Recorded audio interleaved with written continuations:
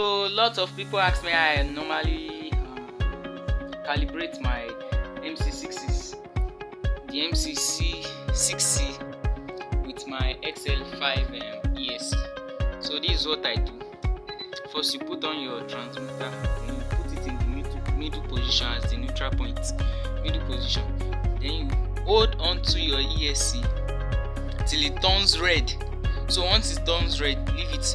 You see that one blink, that one red blink. Then you move your throttle stick to the full control from the middle.